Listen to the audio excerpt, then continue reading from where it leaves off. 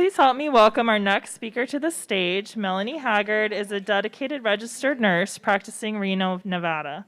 Melanie's career in maternal health care has taken her through labor and delivery units across both Arizona and Nevada. She is currently pursuing a Doctor of Nursing Practice degree at Arizona State University, specializing in women's health. We are so thankful that she decided to come work with us for her doctoral quality improvement project. Through the AIM program, we're lucky to get to talk with other states about successful projects they have implemented for AIM. And one success we've heard about many times and been wanting to do for the last couple of years is mobile simulations. We know that in some facilities, resources and staffing come in short supply. And if we can help with that by sending subject matter experts on the road, we'll be able to ensure that every hospital has similar opportunities for drills and simulations, thus preparing healthcare professionals across the state for OB emergencies. Today, Melanie will share her mobile obstetric hemorrhage simulation toolkit, which can be used in statewide mobile simulation visits or implemented in your facility by your current staff. Welcome, Melanie. All right, thank you, Megan, for the introduction. And I would like to thank Megan and Vicki for allowing me to work with the ASHA team on the implementation of the AIM Obstetric Hemorrhage Bundle. So yes, I've been working on creating this mobile obstetric hemorrhage simulation toolkit for the use of the participating hospitals. And I have no conflicts of interest to disclose. The learning objectives for this presentation will cover how simulations can help your facilities improve their ability to recognize and manage obstetric hemorrhages. Also identifying key components and steps involved in implementing obstetric hemorrhages, and reviewing how to use this toolkit with low to high fidelities. I completed an extensive literature review to determine the impact of simulations and staff training on obstetric hemorrhages and what that would do to the recognition and treatment of obstetric hemorrhages. And the evidence demonstrates that simulation and competency-based training can in fact decrease rates of postpartum hemorrhage. It increases effective teamwork and communication skills, increases self-efficacy, and increases the recognition and management of postpartum hemorrhage. Practicing in a simulated environment can help healthcare staff become more adept at identifying warning signs and implementing appropriate interventions. There are numerous benefits to simulations, and simulations have been proven to help staff with all levels of knowledge and expertise. Simulations can provide the ability to create realistic scenarios without potential patient harm, and that provides valuable experience. Simulations provide a safe learning environment where the learners can learn from their errors, and by making decisions within these controlled environments, participants can gain insight into the potential outcomes, risks, and benefits with their different choices. Simulations are also essential in building confidence. It also applies to simulation-based training applies to a few of the AIM core data collection plan metrics for the obstetric hemorrhage bundle. This training covers metrics P4A and P5A, which talk about specifically focus on OB physicians, midwives, and OB nurses, including L&D and postpartum education about obstetric hemorrhage completed within the last 2 years. And also applies to metric 6, which is about unit drills, specifically looking at P6A, which looks at the number of OB drills performed in a quarter about any maternal safety topic. So simulation-based training can help your facilities improve outcomes and also satisfies a few of the AIM metrics.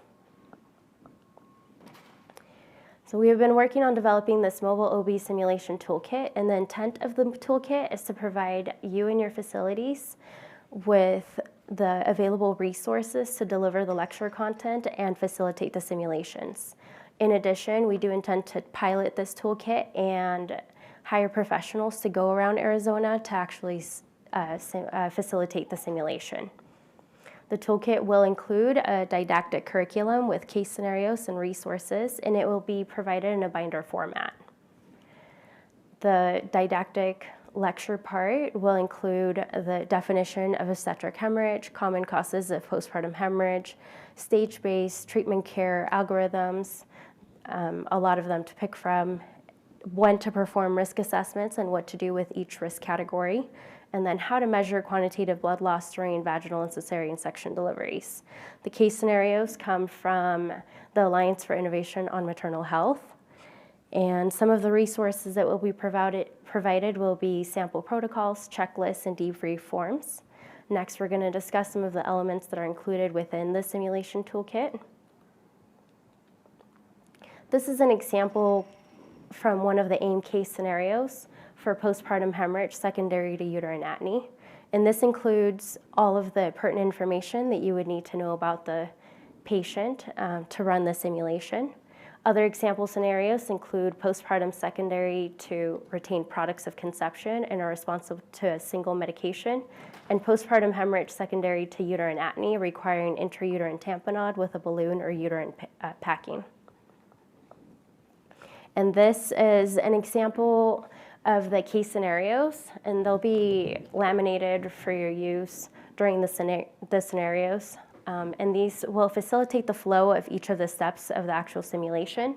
So on the left-hand side, you can see the vital signs that should progress about every 2 minutes during the scenario. And then in the middle, it shows the case flow from the initial assessment, moving on to calling for additional help, allowing the team to recognize the hemorrhage, and then administering medications, calling for blood if it's appropriate.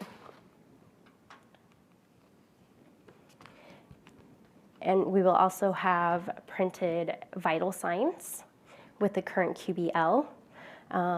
And this will be included in the toolkit as well. These are color coordinated to show the gravity of the patient's status. To help facilities practice how to calculate QBL, a portion was added in the scenarios that will show the soiled products, and this is fake blood. The soil products on this scale, and provides the dry weight of the items to allow the participants to calculate the current QBL. So in this example, you would see the delivery QBL was 300 cc's, and then the wet weight of the items would be 740 grams, with the dry weight being 290. To get the cumulative blood loss, we would subtract the 290 from 740 and add the 300, giving us 750. ACOG has made the conversion a little easier for us by saying 1 gram of weight is equivalent to 1 milliliter of blood loss volume. And the actual steps to run a simulation will include having facilities review their own unit standard protocols and measures, and starting with a pre-brief to have the participants review the case scenario and patient information, then assigning roles, and providing all of the supplies and checklists required. And then once the professionals are hired, then they would be the ones running the simulation case. And one of the most important parts of simulation is debriefing. Debriefing should include a discussion to reflect on performance and identify strengths and areas for improvement, allowing participants to really learn from their experience. The simulation toolkit will include roll cards from the case scenarios, which can be handed to participants. These cards can be used as a checklist just to guide patients throughout the case scenario. For example, the charge nurse can look down and know maybe she could get the hemorrhage cart, place a second IV, or grab an ultrasound. And this is not meant to be an all-inclusive list. It's just meant to provide ideas for what each person can do. And the recommended equipment to run the simulations will include an actor or mannequin, roll cards, a postpartum hemorrhage cart, medications or a medication card, a scale, demo supplies, and then copies of checklists, algorithms, and protocols. And that is for my facility. We have the super nice.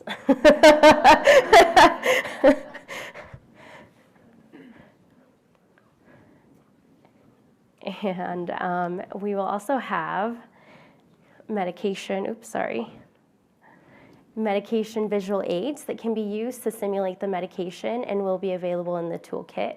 That way you're not having to take things out of the fridge. You can just simulate with these. Along with the medications, there will be blood product visual aids that can be used to simulate if the scenario calls for it.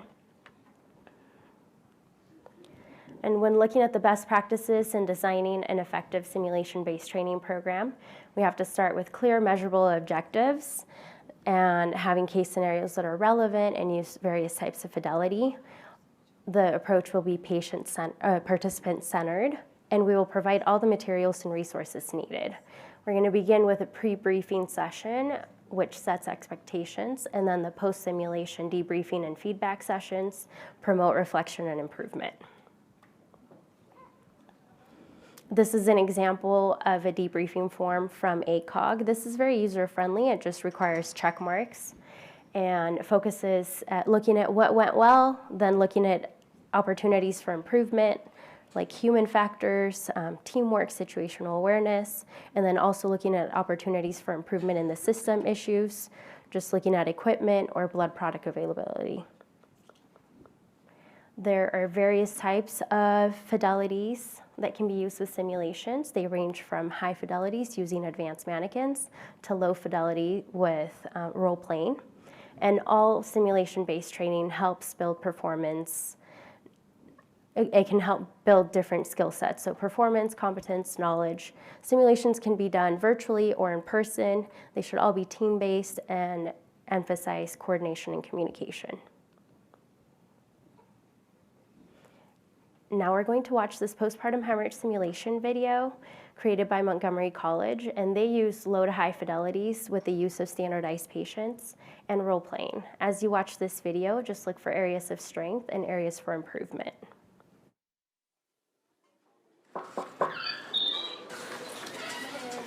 Hello, good morning. Good morning. I'm going to be going home now, okay? And Miss Caroline is going to be your nurse for today. Okay. Hi, I'm Caroline Gemfee. I'll be your nurse for today until 7 p.m. Okay. All right, I'm just going to go ahead and give her a brief report. Sure. All right. Okay, this is Mr. Susan Brown. She's 28 years old. G2P2, no known allergies, O positive. GBS negative, rubella immune. She's arrived on the unit at 5:30 in active labor.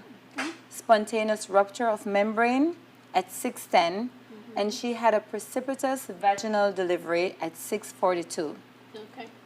Infant male, 9 pounds 2 ounces, 4173 grams. Apgar, 9 and 9. Okay. EBL was 250. Second degree laceration repaired with local and has an ice pack. Okay. 18 gauge IV access, saline lock in the left hand. Okay. She received 500 mils LR with 30 unit Pitocin Okay. after delivery. Fundus is firm, midline at the umbilicus. Okay. She voided 150 about 30 minutes ago, Okay. refused pain medicine. Okay. Vital signs are temperature 98.8, Okay. pulse 102, blood pressure 116/72, respirations 18, and oxygen 98 on room air. She breastfed after delivery with a good latch for 30 minutes. Okay. Her partner is here with her. Okay. Any questions? No, I'll get started. Okay, wonderful. Okay, I'm gonna be leaving you in good hands. She's gonna take excellent care of you, okay? Okay, thank you, Sharon. You are welcome. Can you please verify your name and date of birth for me, please? Suzanne Brown, 102588. Thank you. Congratulations to both of you. Thank you. And your name? My name is Bridget. And you are? I'm Susan's wife.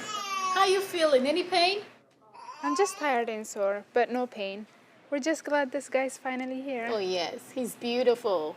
What's his name? Jonathan. Oh, good. That's a beautiful name. Thank you. You're breastfeeding, correct? That's right. So I'm going to be checking your vital signs and do a quick assessment on you, okay? Okay. So what about if Bridget holds the baby while I do that? Sure.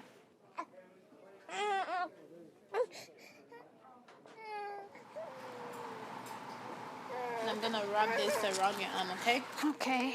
I'm going to feel a little pressure, okay? Okay. Just relax for me. I'm gonna put this on your finger.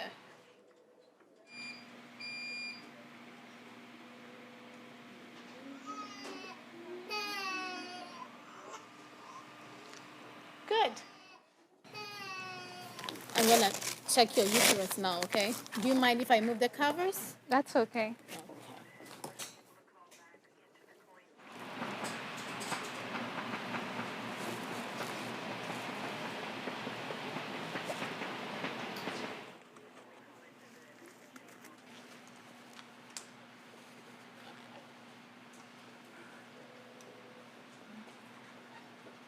Ah, feels like I'm peeing.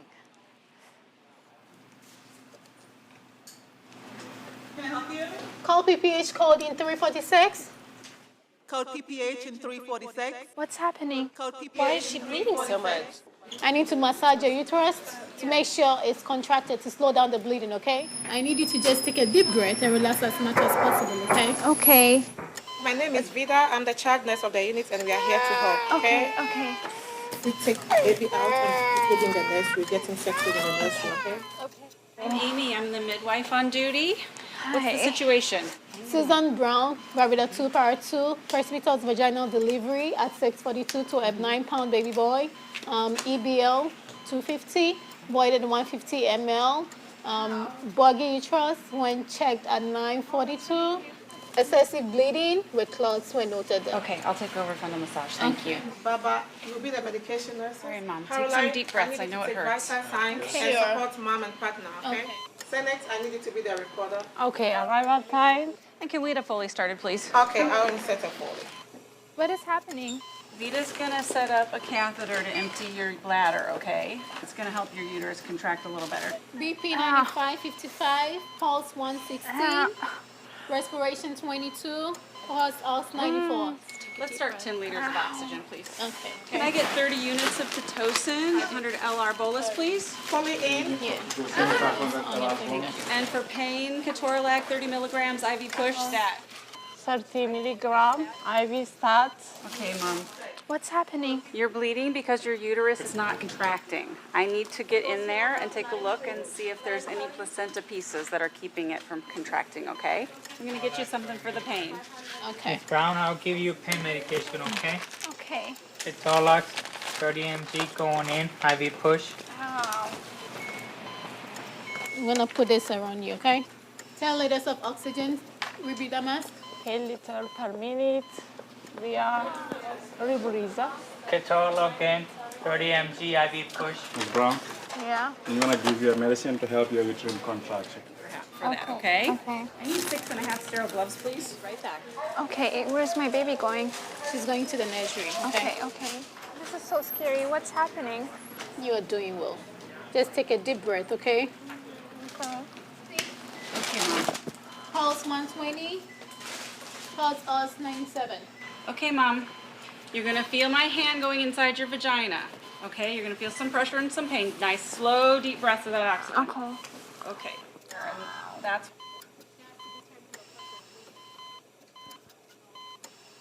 We do have some placenta pieces left behind, and that's what's You are causing doing the problem. great, okay? Ouch. All right. Just take nice, slow, deep breathing, okay? All right, I've got them all out. That should Ow. help. Can I get 800 microgram Cytotec rectal? 800 micrograms Cytotec. Thank you. Okay, Mama. All right, Cytotec inserted rectally. I'll check your vital signs again. Okay. I'm gonna check you out and see how you're doing now. BP 100/60, pulse 120, pulse ox 97 on Ruby Damask. I'm scared. Okay. It's a normal reaction to be scared. We're gonna do everything we can to help you, okay? Your uterus was not contracting because there were some placenta pieces left in there, but we got them all out. Let's have a feel. Oh, that feels much better. Fundus is firm in midline. Can we get an EBL, an H&H stat, and a new set of vitals, please? Sure. You did so great. The bleeding's over now, okay? Just stay calm, keep breathing. Okay, am I going to be okay? You're going to be just fine, okay? Okay. Do you have any questions for me? Vital No. signs 108, 20, 72, pulse 102, respiration 22, pulse also 98. EBL 550 plus what she lost earlier comes to a total EBL of 800 ml. We are going to draw some blood for labs, okay? To know the amount of bleeding lost, okay? And I'm going to be checking on you every 15 minutes to make sure your fundus is where it's supposed to be, okay? You doing okay? I'm Amy, I'm the midwife. Bridget. She's doing great. She had some placenta pieces that we got out. They're gone and the bleeding has stopped. Okay. I'll come back and check on you guys in about an hour. You're doing great. You were amazing. Okay, thank Okay. you. Team, can we debrief in 5? Okay. You did a wonderful job. On a scale of 0 to 10, how will you rate your pain? I'm okay now. Maybe a 2. That's much better. Okay. Okay, so now that Bridget is here, let's talk about what just happened, okay? Okay.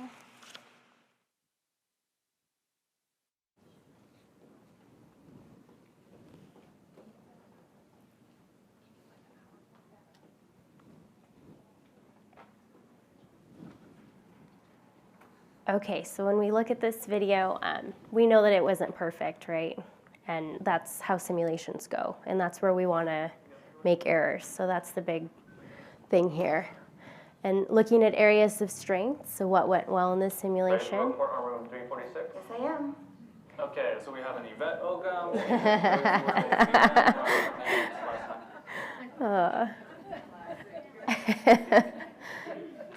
And then areas for improvement.